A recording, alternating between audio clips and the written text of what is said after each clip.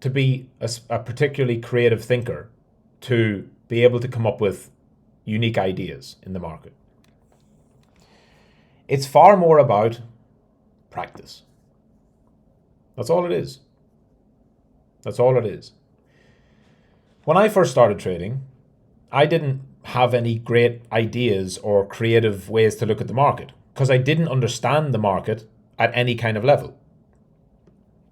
So, but now I can. Now I can think up ideas all the time.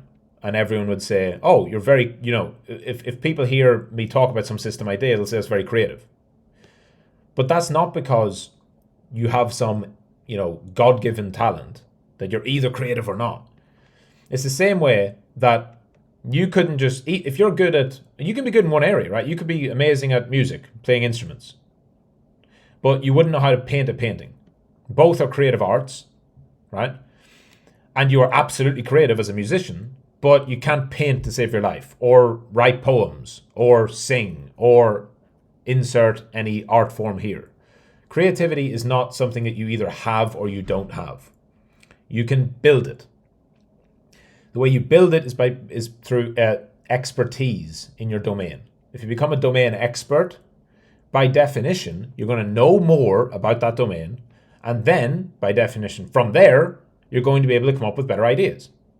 Just like, the fucking famous musician can just riff on the guitar and play some amazing song just off the top of their head, or some rapper can freestyle rap and, without even, no notes, no nothing, just comes into their head and they just rap. It's just practice. It's just repetition. If you go back to the first time they picked up a guitar, the first time they tried to rap, they couldn't do that. It's years and sometimes decades of practice that has built a bank in their memory that they're able to draw upon. Same thing is true in trading. So, you don't have to be a creative person by nature to think creatively in the market, number one. Number two, it's going to be a lot of it is about practice and getting better and experience. A certain amount of screen time is needed. A certain amount of building and testing systems is needed. And you all know this. You maybe just don't class yourself as creative. And that's just a self-imposed limiting belief which you need to get rid of. Because I guarantee anyone here who's in purple belt or blue belt will have had this exact thing happen. You find a system, right? You create a set of rules, entry, stop loss, take profit, and you go off and you do 100 back tests. And what happens while you're doing 100 back tests? All these ideas start to float into your head, right? You're doing the back test and you're like, oh, I noticed this. I noticed that if this happens, it's more likely to go down. I noticed that when my trades get stopped out, there tends to be a high volume spike beforehand. Interesting. Right? Any of those little interesting things you feel like you notice, they're system ideas. That's creative thinking. So you can already do it. You do already do it. What you need to do, though, is be disciplined. Don't drop tools and stop backtesting that system and go off onto the other one. That's shiny object syndrome. Note it down. Finish your series. Finish your backtesting. Finish your system, whatever. And then move on to the other one. What else?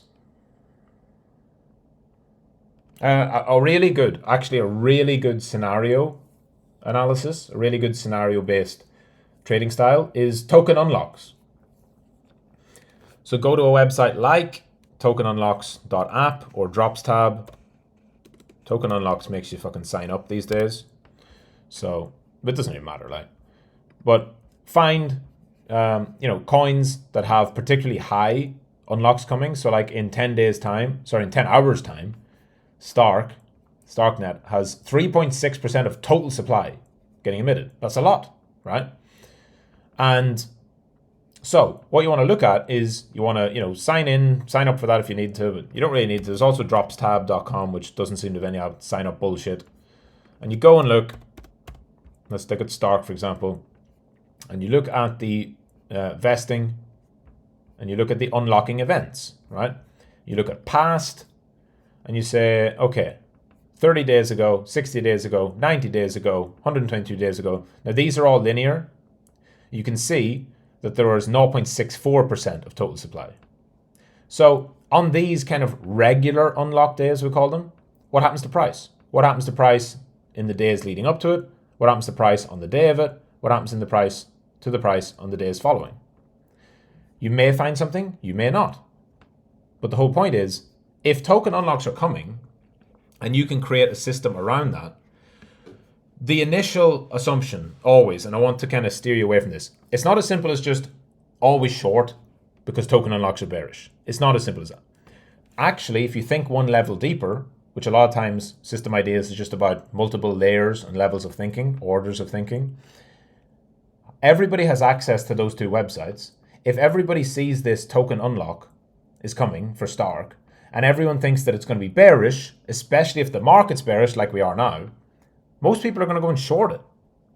If you're analyzing the market structure, the price action, and the data as well, you could see this in open interest. If you see a big buildup of positioning and a positive break of structure going into or after that unlock, you may well get a long trade for people who are getting squeezed out trying to short into this seemingly bearish event. This is where the concept of bullish unlocks come from. Unlocks shouldn't be bullish, it's more supply. Investors can dump. But it could be bullish in even a short term or for longer term.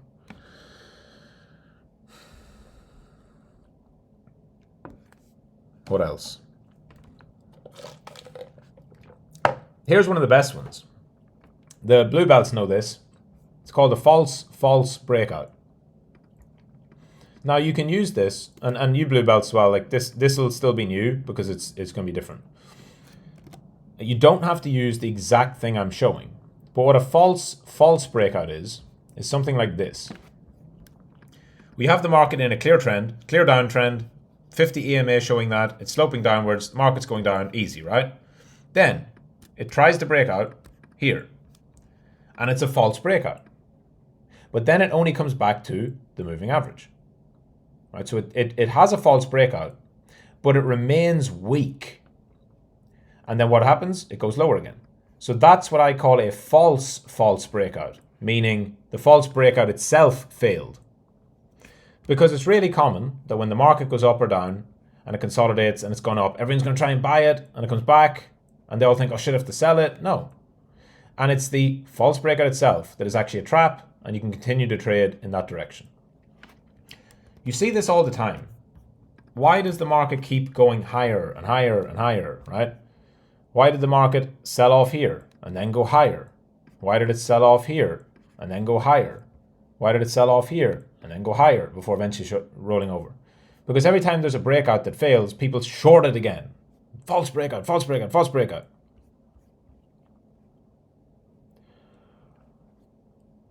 And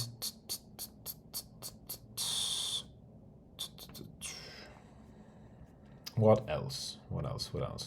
Here's a really interesting one. This is one that I want. This is probably more for day traders, and I'm just going to show it on the. I'm just going to show it on a drawing. This would be something that's probably quite hard to backtest because there's not that many instances of it, but it's something that I've noticed and I've observed that is very, very, very profitable at times. And it's simple logic, but it's counterintuitive logic, which is good. So the market is in a range. It has a pretty well-defined high and low. And then it moves like this, and up, and up, and up.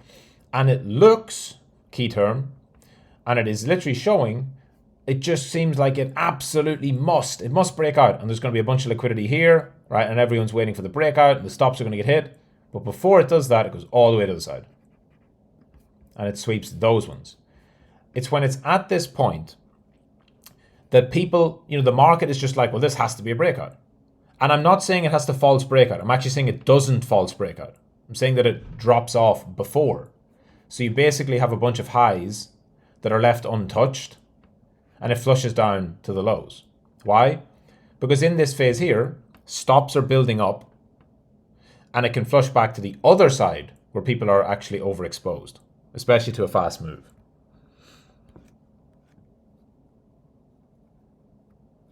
What else?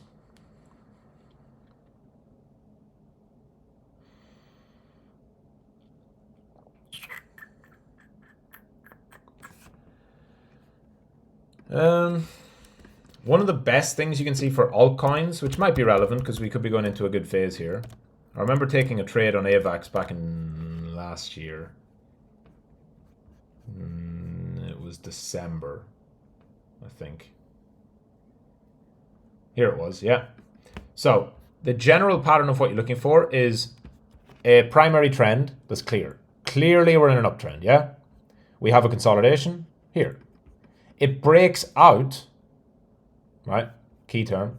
It breaks out, and then it has a consolidation candle. That can be an inside candle, or a, as this one is, sort of like a doji pin bar fucking reversal type candle. But in a previous trend that's an uptrend, that consolidated, that broke out, clear breakout, and then it has one of these sideways days that fails to go higher, fails to go lower.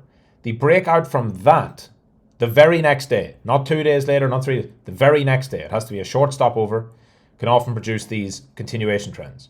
That is a type of setup that you should backtest for an immediate continuation. The way you would trade this is you would just get long on that breakout and you would ride it for 2 or 3 days and get out. It's not getting you an entry for the next 6 years. It's an immediate continuation. What else? I mean, there's a trillion different ideas. But, in fact, that's it. I'm done. That's enough of the different ideas. For now, I'll answer some questions. And the reason why I'm stopping is I did way more than 5, which I promised you 5. But also, I want to be mindful that what I said before, it's not about having 50 different ideas, right? It's about finding a few and actually taking them forward. Usambu. 15-minute chart lows and go for spot ideas of time to trade. Price gaps at 6 times, same stops, losses in the wrong place. Cool. Not relevant to this stream. I don't mean that in a bad way. I'm short on time and I'm only going to answer things that are specifically going to help this stream for systems. Heikinashi. No, never used it. Never used it to any great extent, so I don't really have a strong opinion. Best time frame. This stream's not about answering the best time frames. You guys should know there is no best time frame. Pulax. System on XRP. Don't see breaker structure too often. Want to make a new system. Would you recommend making a system Bitcoins? Again, not relevant for this stream. This isn't about time frames or coins to trade. This is about thinking creatively. Stanley, GM. For BTC specifically, there's a date range, 09 to 14, regarding backtesting systems that you wouldn't test because of how the asset has matured. I covered this already. It's fine to add it in, right? But you should have already done 2014 to 2024, right? So if you've done 2015 to 2024, if you've done the most recent years and you need some extra trades, go further back, yeah. But I wouldn't use 09 to 14 and say that it's more relevant than 2020 or 2021 or 2 or 3, right? Hasdor's question is, again, same thing. Mean reversion systems are not better on low time frame or high time frame. They are what they are. Mean reversion is mean reversion, trend is trend. Now, I said this the other day, though, that the very nature and the very fact that people are in the market affects the market. So there are more false rallies and false dumps, right? There's more wild, random price movements. There's more random, wild price movements on lower time frames because there's more people who are trying to catch longs and catch shorts, yeah? So it is actually true that if you're trying to identify failures, failed breakouts, failed breakdowns, or just moves that mean revert, they'll probably happen quicker on a low time frame. So you could theoretically have more of them, which means you generally might get more opportunities. That's true. MD, GM. 1 day system like buy on the bounce of green. Some ideas for getting a better entry tighter, say 4 hour, 1 hour. Swing trading masterclass, yeah. So I won't expand on much on that right now. Hungry Hugo. Strategies based on New York session reversals of Asia, London highs and lows with 1 minute accumulation distribution box breakouts. Never done them. How would you make accumulation distribution objective? Market structure. So the best example is, the best way to look at accumulation distribution is to look backwards. Look backwards. It's super easy, right? It just requires a little bit of patience, a lot of patience many times. But I'll go back to the example on Bitcoin over here. This, where's the best view of it? This Wyckoff distribution. You can wait until you see this candle and then look back and say, oh, wait a minute. This is a Wyckoff distribution. And now we're at the point where you'd want to be trading it. Like, so much of the failure with Wyckoff is because people are trying to, is this a buying climax? Is this a buying climax? Is this a buying climax? Is this an ST or is it an AR? It doesn't matter. Because if it's a distribution, if it's a reversal, it's going all the way back to here. Your goal should be to trade it between there and there. Mazu, how do you know a system idea is worth testing or not? By testing it. Leo, my entry has always been entering the second candle of break structure. Backtest 100 rules that only enter my candles higher volume breakout candles, shooting a higher view, but with some harm to the rest. Oversimplified application might be stupid. No, if your testing is positive, that's fine. I remember, my opinion, and it's based on my trading experience. It's not just like a random opinion. Is that divergence is more powerful than harmony, because harmony, if you follow harmony only, you're going to end up in consensus a lot, right? Because if the market's going up and volume's rising, everyone's bullish. Like anyone who trades technical analysis price action, you're like, oh, breakout with high volume in an uptrend. Cool, bullish, get long. That just means you're more likely to be in the same trade as everyone else, which is not a bad thing necessarily, but long term, over a 20-year period, the people who are going to make money in markets are the ones who think differently, right? You can't follow the crowd for a long time and expect to get different results than the crowd. And we know that the crowd loses over the long term because they're unable to do anything other than follow their emotions. And what else? JCMR, that question you've asked, don't worry about it in white belt. So again, I'll finish with this. These workshops are for everyone, but they're depending on what stage you're at, they're going to be different stages of relevance. So a lot of the stuff I've talked about today is very advanced for white belts. A lot of the stuff I'm talking about today is very much for blue, purple, and beyond. People who are looking at expanding beyond their first few systems or getting ideas for new systems. It's a fire meme, Simon, by the way. Yeah, so don't stress too much about it, especially if you're new. This is not like mandatory stuff. It's like once you've already done testing the simple system and tested a few other systems and started to trade live, and if you're running into a wall where you're like, I'm really struggling to come up with ideas, the point of this stream was to remind you all that there's no shortage of ideas. It was also to give you a few ideas directly and give you the framework and the tools of how to think about and build ideas. All right? Perfect. GM. Thanks for joining, everyone. GM. See you tomorrow. We'll do Weekly Outlook live. Until then, talk soon. Oh, by the way, as always, this stream will be up for 24 hours, starting now. GM.